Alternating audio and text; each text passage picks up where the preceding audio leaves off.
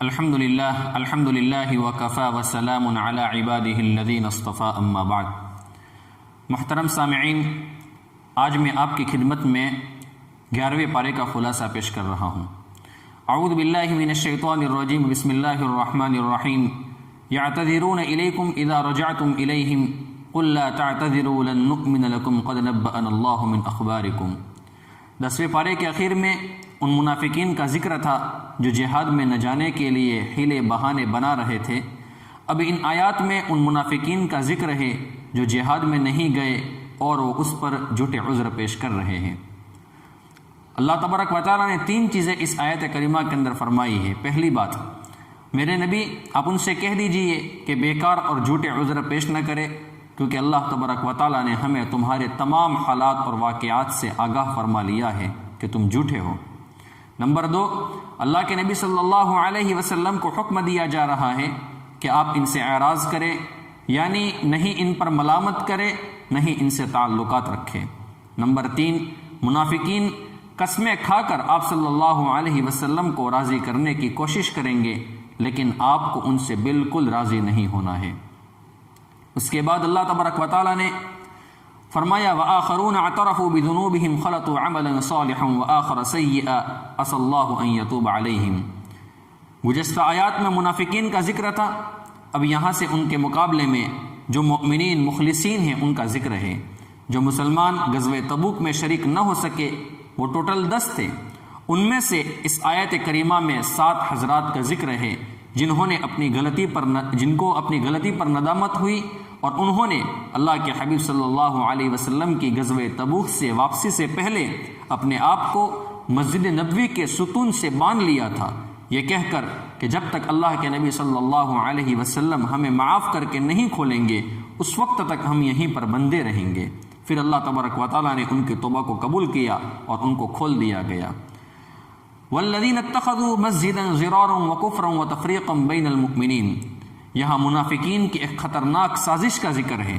انہوں نے مسجد کے نام پر ایک عمارت تعمیر کی جس کا مقصد ایک محاذ بنانا تھا، جس کے ذریعے سے مسلمانوں کو نقصان پہنچایا جائے، مسلمانوں کی جمعیت کو توڑ دیا جائے، اللہ اور اس کے رسول صلی اللہ علیہ وسلم کے دشمنوں کو پناہ دی جائے، وغیرہ وغیرہ۔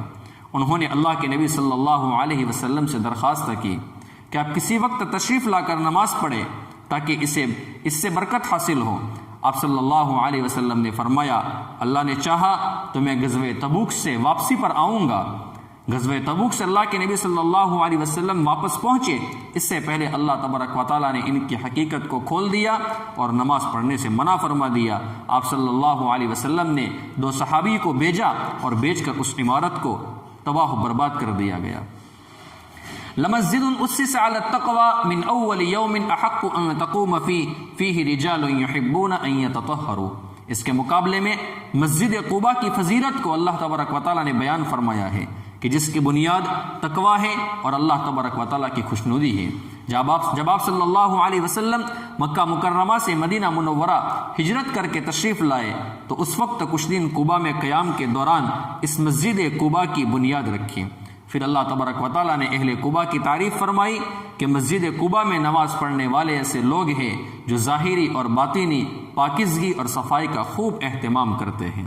اس کے بعد اللہ تبارک و تعالیٰ نے ان اللہ اشترى من المؤمنین انفسهم واموالهم بان لهم الجنہ، اس آیت کریمہ کے اندر ایک بیت کو ذکر کیا ہے۔ پھر اللہ تبارک و تعالیٰ نے جیسے ہم نے اوپر پڑھا کہ ٹوٹل 10 صحابہ کرام پیچھے رہ گئے تھے، 7 کا ذکر اوپر ہو چکا ہے، بقیہ 3 صحابہ کرام وعلى الثلاثة الذين خلفوا حتى اذا ضاقت عليهم الارض بما رحبت وضاقت عليهم انفسهم، اس آیت کریمہ کے اندر بقیہ جو 3 صحابہ کرام ہیں ان کی توبہ کا ذکر ہے۔ نمبر 1 حضرت مرارہ ابن ربیع، نمبر 2 حضرت ہلال ابن امیہ، اور نمبر 3 حضرت کعب ابن مالک۔ جو غزوہ تبوک کے اندر یہ حضرات شریک ہونے سے رہ گئے تھے اور انہوں نے اللہ کے نبی صلی اللہ علیہ وسلم کے سامنے صاف صاف اپنی غلطی کا اعتراف کر لیا، اقرار کر لیا۔ اللہ کے نبی نے فرمایا جب تک اللہ تبارک و تعالیٰ کی طرف سے ان کے بارے میں کوئی حکم نہیں آتا تب تک ان کا معاشرتی بائیکاٹ کیا جائے، یہاں تک کہ بیویوں سے بھی الگ رہنے کا ان کو حکم دیا گیا۔ بالآخر 50 دن کے بعد اللہ تبارک و تعالیٰ نے اس آیت میں ان کی توبہ کی قبولیت کا اعلان فرما دیا۔ اس کے بعد اللہ تبارک و تعالیٰ نے فرمایا یا ایھا الذین آمنوا اتقوا اللہ وکونوا مع الصادقین۔ اللہ تعالیٰ نے اس آیت میں ایمان والوں کو متقی بننے کا بہترین نسخہ دیا ہے۔ فرمایا اگر تم متقی بننا چاہتے ہو تو متقین کے ساتھ رہو جو خدا سے ڈرتے ہیں، اور یہاں متقین کے لیے لفظ صادقین فرمایا ہے، یعنی وہ لوگ جن کی خلوت اور جلوت ایک جیسی ہے۔ تو متقی بننے کا سب سے آسان اور بہترین نسخہ یہ ہے کہ ہم تقوی والے لوگوں کے ساتھ رہیں، جو تنہائی میں بھی پاک رہتے ہیں اور لوگوں کے سامنے بھی متقی بن کر رہتے ہیں۔ خلوت اور جلوت کے اندر تضاد نہیں ہے، دونوں برابر ہیں۔ لقد جاءكم رسول من انفسكم عزيز عليه ما عنتم حريص عليكم بالمؤمنين رؤوف الرحيم۔ اس صورت میں اللہ تبارک و تعالیٰ نے اللہ کے رسول صلی اللہ علیہ وسلم کے بارے میں ارشاد فرمایا کہ ایسا پیغمبر ہم نے تمہیں دیا ہے جو تم میں سب سے افضل ہے، جس کو تمہاری تکلیف محسوس ہوتی ہے، تمہاری دنیا اور آخرت کے بارے میں بہت حریص ہے اور بہت زیادہ فکر مند ہے، اور وہ تمہارے لیے مہربان ہے۔ اس کے بعد اللہ تبارک و تعالیٰ نے فرمایا فَإِن تَوَلَّوْا فَقُلْ حَسْبِيَ اللَّهُ لَا إِلَٰهَ إِلَّا هُوَ عَلَيْهِ تَوَكَّلْتُ وَهُوَ رَبُّ الْعَرْشِ الْعَظِيمِ۔ سورۃ توبہ کے اخیر میں اللہ تبارک و تعالیٰ نے اپنے نبی کو تسلی دی ہے کہ اگر کفار اعراض کرتے ہیں، آپ کی دعوت کو قبول نہیں کرتے ہیں، تو آپ اس پر صبر کریں اور اللہ تبارک و تعالیٰ کی ذات کے اوپر بھروسہ کریں۔ اور یہ جو دعا ہے حسبی اللہ لا الہ الا هو علیہ توکلت وہو رب العرش العظیم، جو بندہ بھی فجر اور مغرب کے بعد 7 مرتبہ اس کو پڑھے گا، انشاءاللہ اس کے تمام غم دور ہو جائیں گے اور تمام کاموں کے اندر اللہ تبارک و تعالیٰ کی غیبی مدد شامل حال ہوگی۔ اس کے بعد سورہ یونس کا تذکرہ اللہ نے کیا ہے، سورہ یونس کو شروع کیا ہے اکان للناس عجبا ان اوحینا الی رجل منہم ان انذر الناس۔ اس آیت میں مشرکین کے ایک سوال کا جواب، ایک شبہ کا جواب دیا ہے۔ شبہ یہ تھا کہ اللہ تعالیٰ نے ہماری طرف انسان کو نبی بنا کر کیوں بھیجا ہے، کسی فرشتے کو نبی بنا کر کیوں نہیں بھیجا؟ تو انہیں جواب دیا کہ اس پر شبہ اور تعجب نہ کرے، اس لیے کہ اگر کسی فرشتے کو نبی بنا کر بھیجتے تو جو رسالت کا مقصد تھا وہ فوت ہو جاتا، انسان فرشتے کی بات کیسے سمجھتا؟ اس لیے زمین پر بسنے والے انسانوں کی ہدایت اور رہنمائی کے لیے اللہ تبارک و تعالیٰ نے انسان کو نبی بنا کر مبعوث فرمایا ہے۔ اس کے بعد ان ربکم اللہ الذی خلق السماوات والارض فی 6 ایام میں اللہ تبارک و تعالیٰ نے اپنی قدرت کو بیان کیا۔ وَإِذَا تُتْلَى عَلَيْهِمْ آيَاتُنَا بَيِّنَاتٍ قَالَ الَّذِينَ لَا يَرْجُونَ لِقَاءَنَا ائْتِ بِقُرْآنٍ غَيْرِ هَذَا أَوْ بَدِّلْ۔ جب مشرکین کو دعوت دینے کے لیے ان کے سامنے قرآن کریم کی واضح آیات تلاوت کی جاتی تو بجائے ماننے کے اللہ کے نبی صلی اللہ علیہ وسلم سے مطالبہ کرتے، اور مطالبہ بھی عجیب کرتے کہ اس قرآن کی بجائے دوسرا قرآن لے آئے یا اس کو آپ تبدیل کر دیں۔ اللہ کے نبی صلی اللہ علیہ وسلم نے انہیں جواب دیا کہ مجھے 2 کاموں میں سے کسی کا اختیار نہیں، اور میں تو جو میرے اوپر وحی آتی ہے اسی کی میں پیروی کرتا ہوں۔ اب سوال یہ ہوتا ہے کہ تغییر اور تبدیل میں فرق کیا ہے؟ غیر ھذا او بدل۔ تغییر کہتے ہیں پہلی والی چیز کو رکھ لے اور دوسری لے آئے۔ مثال کے طور پر بیٹا والد کے لیے کپڑے لے آئے، والد کو پسند نہ آئے تو وہ کپڑے بیٹا اپنے لیے رکھ لے اور والد کے لیے دوسرے لے آئے، اسے کہتے ہیں تغییر۔ اور تبدیل کہتے ہیں پہلی والی چیز واپس کر کے اس کے بدلے میں دوسری لے آئے۔ جیسے کپڑے والد کو اچھے نہیں لگے، پسند نہیں آئے تو وہ واپس کر کے دوسرے لے آئے، اسے تبدیل کہتے ہیں۔ اللہ کے نبی نے فرمایا نہ مجھے تبدیل کا اختیار ہے نہ مجھے تغییر کا اختیار ہے۔ قل من يرزقكم من السماء والارض ام من يملك السمع والابصار۔ مشرکین کا عقیدہ تھا کہ ساری کائنات کا خالق اللہ ہے، لیکن اللہ نے بہت سے اختیارات بتوں کو بھی دے رکھے ہیں جو اللہ کے شریک ہیں، لہٰذا ان کو راضی رکھنے کے لیے ان کی عبادت کرنی چاہیے۔ اس آیت میں ان سے پوچھا گیا ہے کہ کون ہے جو تمہیں آسمان اور زمین سے روزی دیتا ہے؟ کون ہے جو تمہارے کانوں اور آنکھوں کا مالک ہے؟ کون ہے جو زندہ کو مردہ سے نکالتا ہے، مردہ کو زندہ سے نکالتا ہے؟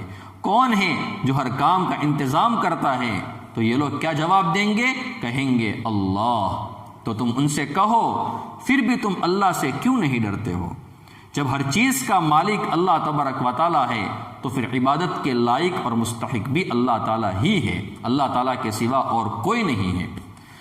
پھر قرآن کریم نے عجیب انداز میں ایک چیلنج کیا ہے، قل فأتوا بسورۃ مثلہ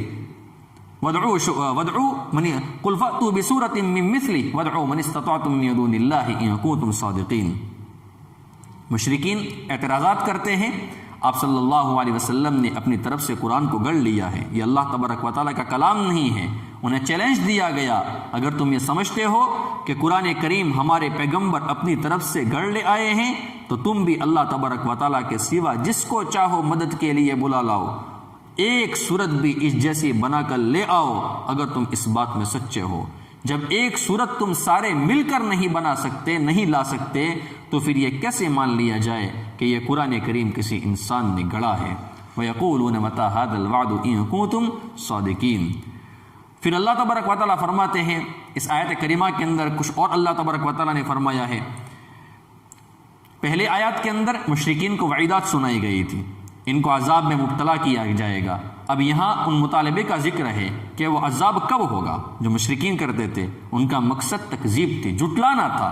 انہیں اگلی آیات میں اللہ کے نبی صلی اللہ علیہ وسلم کی زبانی جواب دیا گیا کہ میں تو اپنی ذات کے لیے نفع حاصل کرنے کا اور کسی نقصان کو دور کرنے کا اختیار بھی نہیں رکھتا ہوں، تو میں دوسروں کے نفع اور نقصان کا کیسے مالک ہو سکتا ہوں؟ وما تكون في شأن وما تتلو منه من قرآن ولا تعملون من عمل إلا كنا عليكم شهودا إذ تفيضون فيه۔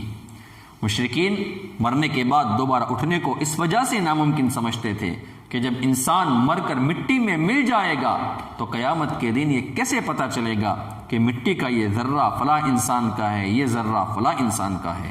تو انہیں جواب دیا گیا کہ اللہ تعالیٰ کے علم اور قدرت کو اپنے علم پر قیاس نہ کرو، اپنے جیسا علم اللہ تبارک و تعالیٰ کا نہ سمجھو۔ اللہ تبارک و تعالیٰ کا علم تو اتنا وسیع ہے کہ کائنات کی کوئی چیز، خواہ وہ چیز چھوٹی ہو یا بڑی ہو، اللہ تبارک و تعالیٰ سے مخفی نہیں ہے۔ پھر اللہ تبارک و تعالیٰ کے لیے ان ذرات کو اکٹھا کر کے انسان بنانا کیا مشکل ہے؟ پھر اللہ تبارک و تعالیٰ نے حضرت نوح علیہ السلام کا تذکرہ کیا ہے۔ اس کے بعد ثم بعثنا من بعدهم موسى وهارون الى فرعون وملئه بآياتنا فاستكبروا وكانوا قوما مجرمین میں حضرت موسیٰ اور حضرت موسیٰ علیہ السلام اور فرعون کا واقعہ اللہ نے ذکر کیا ہے۔ فلولا كانت قرية آمنت فنفعها ایمانها الا قوم یونس۔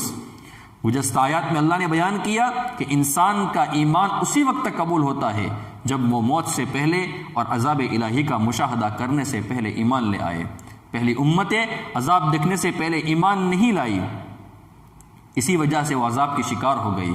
البتہ حضرت یونس علیہ السلام کی ایک ایسی ان کی قوم ہے کہ وہ عذاب کے نازل ہونے سے کچھ پہلے انہوں نے سچی توبہ کر لی، تو اللہ تبارک و تعالیٰ نے ان کی توبہ کو قبول کر لیا اور ان کو اپنے عذاب سے اللہ نے ان کو بچا لیا۔ اوپر حضرت موسیٰ علیہ السلام کا جہاں پر واقعہ موجود ہے وہاں پر فرعون کا بھی ذکر ہے۔ فَالْيَوْمَ نُنَجِّيكَ بِبَدَنِكَ لِتَكُونَ لِمَنْ خَلْفَكَ آیَةً۔ اللہ تبارک و تعالیٰ نے فرعون کی ناش کو ہمیشہ کے لیے باقی رکھا ہے تاکہ لوگ اس سے عبرت حاصل کریں۔ پھر اللہ تبارک و تعالیٰ نے قُلْ يَا أَيُّهَا النَّاسُ قَدْ جَاءَكُمُ الْحَقُّ مِنْ رَبِّكُمْ میں اللہ کے نبی صلی اللہ علیہ وسلم کا کام بتایا ہے کہ آپ کا کام تو کیا ہے، صرف تبلیغ کرنا ہے۔ تو میں نے بڑے اختصار کے ساتھ 11ویں پارے کا خلاصہ آپ کی خدمت میں پیش کیا ہے۔